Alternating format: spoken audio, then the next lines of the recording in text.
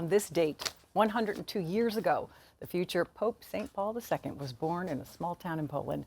He would lead the church for 27 years and is still so loved and respected by so many, including our next guest.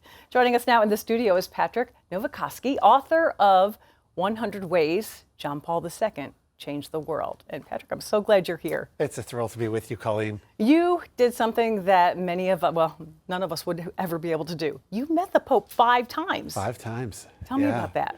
Well, when I was 29 years old, I won a contest. It was a trip for 2 to Cancun, and I said to the travel agent, I want to go to Rome. My boss, who was with the Marians of the Immaculate Conception in Stockbridge, Massachusetts, said, you're going to be in Rome? How about meeting the Pope? And I said yes, and it happened. And I was the assistant editor of Marian Helper magazine, and the Pope had asked the Marians to lead the re-evangelization of Eastern Europe. And as a journalist, I went to Eastern Europe, brought back those stories, successful. So they sent me back in 98, 99, 2000, and each time met His Holiness. And we were just looking at those pictures. Wow. And you went back after you got married, too. Yes. So I saw that the Pope every Wednesday would bless newlyweds in St. Peter's Square. And I said to myself, I don't want to marry someone unless she desires that as well.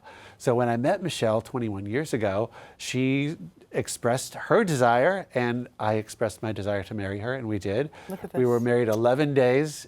This was actually 20 years ago last month. Wow. That we were blessed by John Paul II. Wow. And great way to start a married life, I tell you. You know, what I love when I hear stories about him, that he never forgot a face, never forgot a name. He was just such an amazing person. Yes, absolutely. And Bishop Jeevish, no, Cardinal Jeevish, who was his personal assistant, he remembered me every single time. I'm not sure that His Holiness, that John Paul II did, but there was a look of recognition when I would meet him.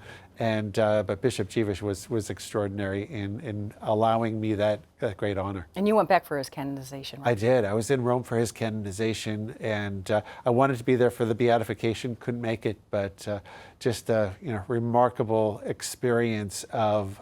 I knew he was a living saint. I think everyone that met him knew that this was an exceptional human being. And tell us why he was so exceptional. Well, he had natural charisma. He was a scholar. He was a philosopher. His friends all thought he would be an actor. They were shocked when he said he was going to be a priest, but he just took those talents and he brought them to the world stage. And like all great saints, you surrender yourself to God's will for you. And you ask what's next, and you allow God to use you and move you, and miracles will happen. And some people, it's on the stage as the Pope for 27 years. Others of us were using our talents to build the kingdom in other ways. Mm-hmm. You know, he came from 102 years ago today, such humble beginnings, and actually he had a really difficult a sad childhood. Yeah, his mother died when he was 12. His brother died when he was in his 16, 17 years old. He had an older brother who died. His father died shortly after he started college.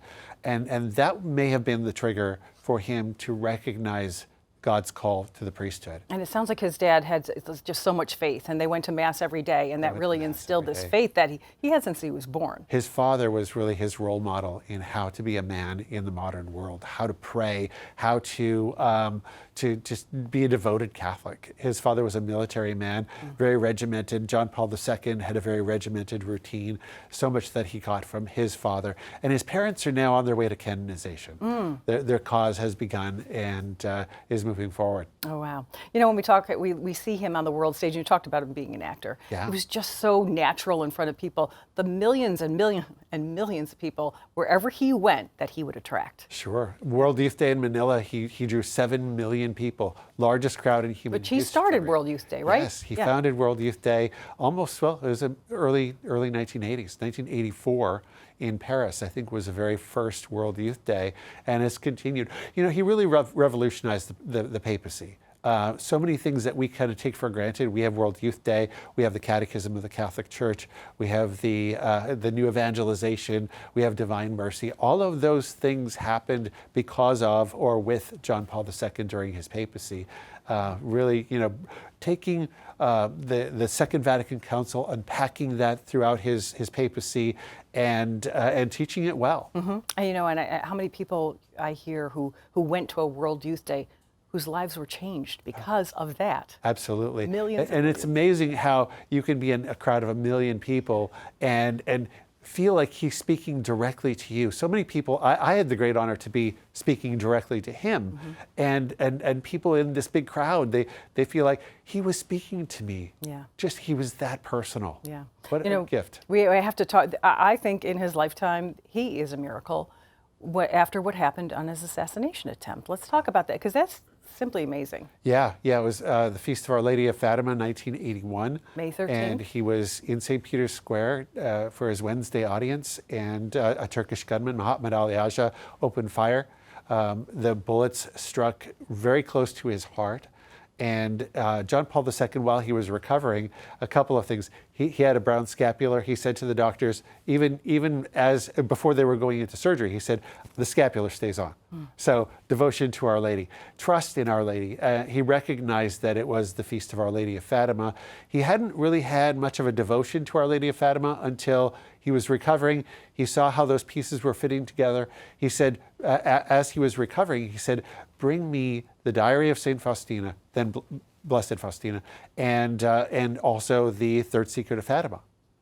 And so he started understanding God's hand in providence. And he has actually said he believes it was, that one bullet was so close to his heart that it was Mary's hand who directed that bullet away. Said one hand fired the bullet, another hand directed the bullet. And I didn't know it, and other people may know it, but I didn't know it till I read your book about where that bullet is now. Yeah, it's welded into the crown of Our Lady of Fatima in Fatima, Portugal. He went back there himself with the bullet. 40 years ago, yesterday was the first anniversary of the assassination attempt. He went back to give thanks to Our Lady and presented that bullet, welded it in the crown. It's there forever. Wow. He's been called the Saint Maker. Yes. Because he actually canonized more saints than any. They say in centuries. In centuries, absolutely. Yeah. Wow. Yeah, but he said the universal call to holiness came out of the Second Vatican Council, and that was kind of his mantra, that we're all called to be saints. So people said, Holy Father, you're making too many saints. He said, there can never be too many saints. Mm-hmm. We have to hold up role models from our day for the world to see that being a saint is possible in the 21st century. I know we only have about a minute left, and we're talking about the day he was born, but let's go to his funeral, which is simply historic. Yes, absolutely. I mean, you see the satellite images of these crowds, hundreds and thousands of crowds lined up to just pass by his body. And world leaders, unprecedented number of world leaders coming together for his funeral. It was a remarkable moment of outpouring of not so much grief, because we knew that he was passing, but it was a tribute to this man who touched so many lives, mine in particular, and so many people that I know personally who had the opportunity to meet him in person. Yeah, 4 million people at least there, princes, kings, queens, presidents, prime ministers, and as you said, also we knew he was going to die. Yeah. He had Parkinson's, but he still kept a very busy schedule, even when he obviously was suffering. Yeah, he could have stepped back out of the spotlight. He chose to die publicly in the spotlight. Died on the vigil of Divine Mercy Sunday. So many things right? And St. Faustina's and Divine Mercy so close to his heart. Yes. He actually said the day he canonized her was the happiest day of his life. Patrick, I'm so glad you came in. It's such an important day to remember this beautiful Pope. Yes, thank you. Thank you so much. Pleasure to be with you.